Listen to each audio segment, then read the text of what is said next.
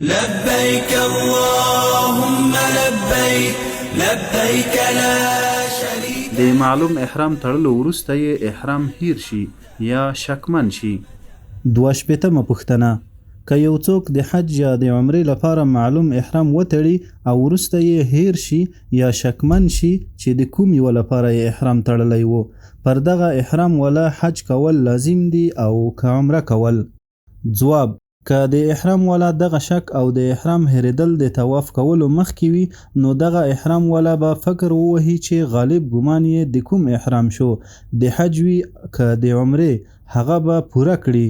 او که یې غالب ګمان د حج او عمرې د یوه هم نشو، نو بیا به دغه احرام والا باندې حج او عمره دواړه شته،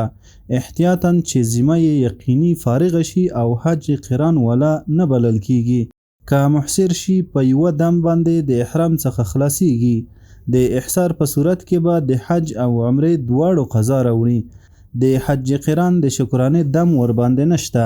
او که د احرام والا دغه شک او د احرام هریدل د طواف وروسته وي، نو بیا دغه احرام خامخا د عمرې لپاره ګرځوي. لبيك